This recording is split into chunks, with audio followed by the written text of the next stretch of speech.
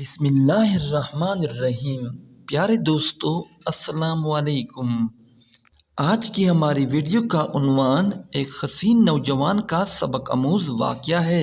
ایک بزرگ فرماتے ہیں کہ میں 1 سال سخت ترین گرمی کے زمانے میں حج کو چلا۔ لو بڑی شدت سے چلتی تھی۔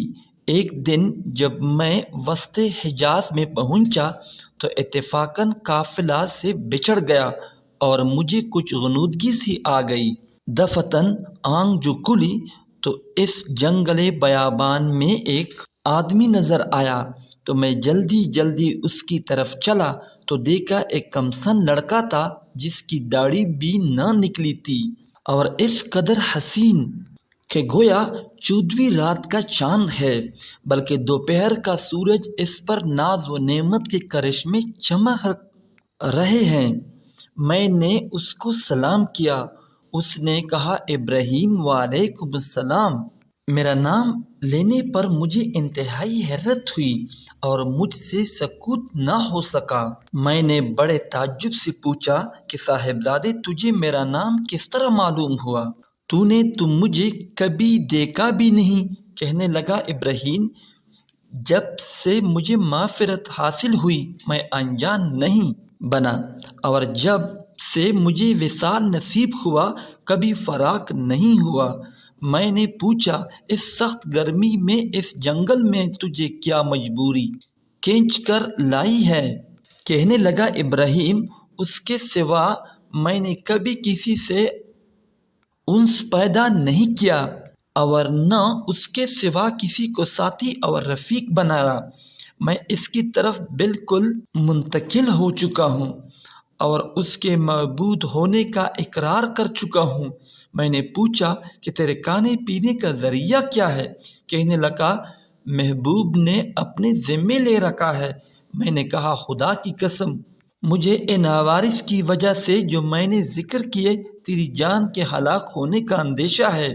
تو اس نے روتے ہوئے اس کی آنکھوں سے آنسوؤں کی لڑی موتیوں کی طرح سے اس کے رخساروں پر پڑ رہی تھی۔ چند شعر پڑھے جن کا ترجمہ یہ ہے۔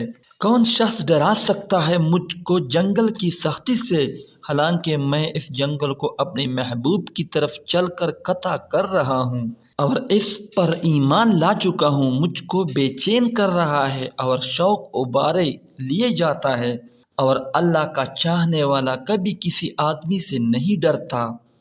اگر مجھے بھوک لگے گی تو اللہ کا ذکر میرا پیٹ بھرے گا، اور اللہ کی حمد کی وجہ سے میں پیاسا نہیں ہو سکتا، اور اگر میں ضعیف ہوں تو اس کا عشق مجھے حجاز سے خراسان تک لے جا سکتا ہے۔ تو میرے بچپن کی وجہ سے مجھے حقیر سمجھتا ہے۔ اپنی ملامت کو چھوڑ، جو ہونا تھا ہو چکا۔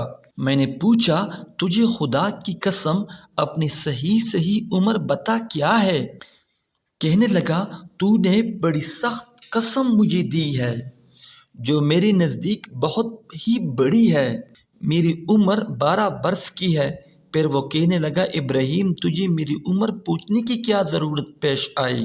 میں نے کہا، مجھے تیری باتوں نے حیرت میں ڈال دیا۔ کہنے لگا، اللہ کا شکر ہے، اس نے بہت نعمتیں عطا فرمائی، اور اللہ کا فضل ہے کہ اس نے اپنے بہت سے مومن بندوں سے افضل بنایا۔ ابراہیم کہتے ہیں کہ مجھے اس کے حسن صورت، حسن سیرت اور شیریں کلام پر بڑا تعجب ہوا۔ میں نے کہا، سبحان اللہ، حق تعالی شانہ نے کیسی صورتیں بنائی ہے۔ اس نے تھوڑی دیر نیچے کو سر جھکا لیا، پھر اوپر کی طرف نظریں اٹھا کر بہت ترچھی اور کڑوی نگاہ سے مجھے دیکھا اور چند شعر پڑھے جن کا ترجمہ یہ ہے۔ اگر میری سزا جہنم ہو تو میرے لیے ہلاکت ہے، اس وقت میری یہ رونق اور خوبصورتی کیا بنائے گی؟ اس وقت میری ساری خوبیوں کو غضب عیبدار بنا دے گا، اور جہنم میں طویل عرصہ تک رونا پڑے گا۔ اور جبار جل جلالہ یہ فرمائے گا، اور بدترین غلام تو میرے نافرمانوں میں ہے۔ تو نے دنیا میں میرا مقابلہ کیا، میری حکم عدولی کی، تو میرے عہد و پیمان کو بھول گیا تھا یا میری ملاقات کو بھول گیا تھا؟ تو اس دن دیکھے گا کہ فرمان برداروں کے منہ 14ویں رات کی چاند کی طرح چمک رہے ہوں گے، اور حق تعالی شانہ اپنے اوپر سے انوار کے پردے ہٹا دیں گے، جس کی وجہ سے یہ فرمان بردار اس پاک ذات کی زیارت سے ایسے مبہوت ہو جائیں گے کہ اس کے مقابلے میں ہر نعمت اور ہر راحت کو بھول جائیں گے، اور حق تعالی شانہ ان فرمان برداروں کو ہیبت اور خوشنودی کا لباس پہنائیں گے، اور ان کے چہروں کو رونق اور شادابی عطا ہوگی۔ یہ اشعار پڑھ کر کہنے لگا، اے ابراہیم، مہجور وہ ہے جو دوست سے منقطع ہو گیا ہو، اور وصال اس کو حاصل ہے جس نے اللہ تعالیٰ کی اطاعت سے وافر حصہ لیا۔ ابراہیم، اپنے رفقا سفر سے بچڑ گئے ہو۔ میں نے کہا، ہاں، میں ایسے ہی رہ گیا۔ تجھ سے اللہ کے واسطے سوال کرتا ہوں کہ تو میرے لیے دعا کریں کہ میں اپنے ساتھیوں سے جا ملوں۔ میرے اس کہنے پر اس لڑکے نے آسمان کی طرف دیکھا اور کچھ آہستہ آہستہ زبان سے کہا کہ مجھے اس کے ہونٹ حرکت کرتے ہوئے معلوم ہوئے۔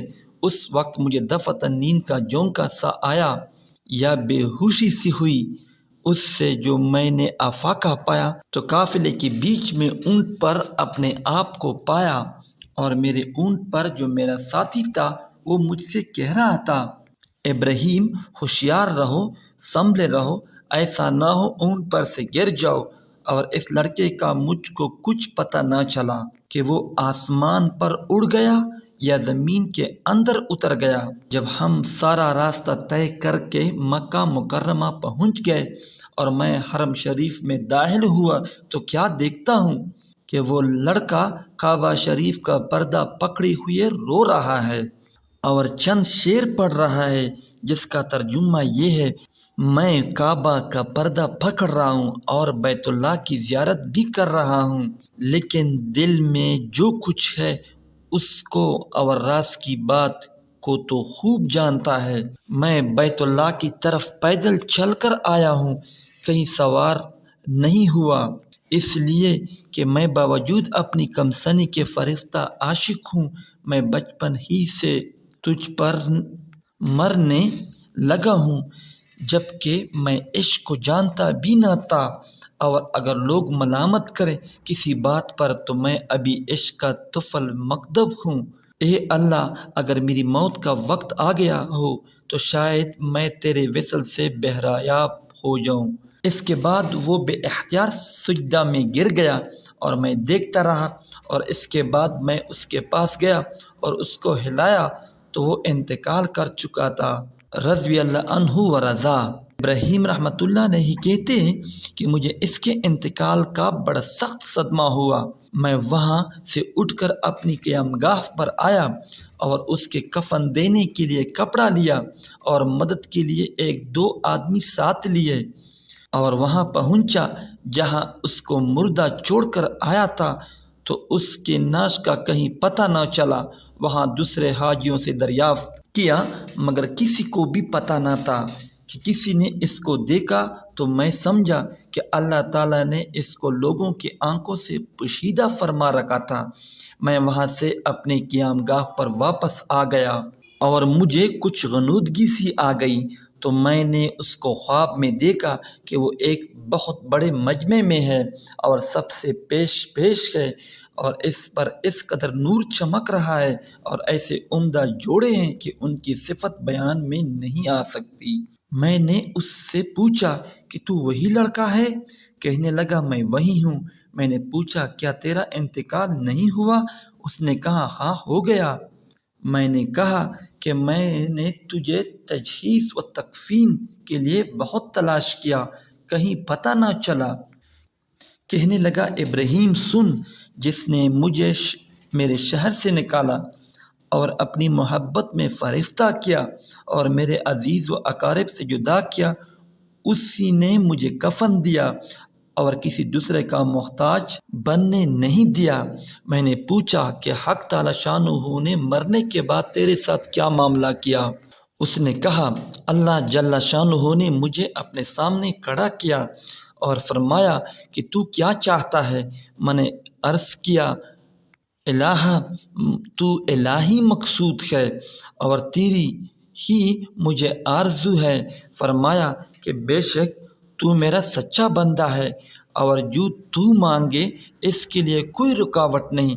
میں نے عرض کیا کہ میں یہ چاہتا ہوں کہ میرے زمانے کے تمام آدمیوں میں میری سفارش قبول فرما لے۔ ارشاد ہوا کہ ان سب کے بارے میں تیری سفارش مقبول ہے۔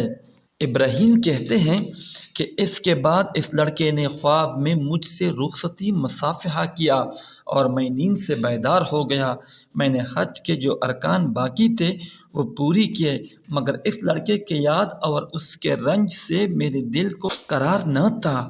میں حج سے فارغ ہو کر واپس ہوا، لیکن حالت یہ تھی کہ راستہ میں سارے قافلے والے یہ کہتے تھے کہ ابراہیم تیرے ہاتھ کی مہک سے ہر شخص حیران ہے کہ کیسی خوشبو آ رہی ہے، اور اس واقعہ کی نقل کرنے والے کہتے ہیں کہ مرنے تک ابراہیم رحمۃ اللہ علیہ کے ہاتھوں میں سے وہ خوشبو آتی رہی۔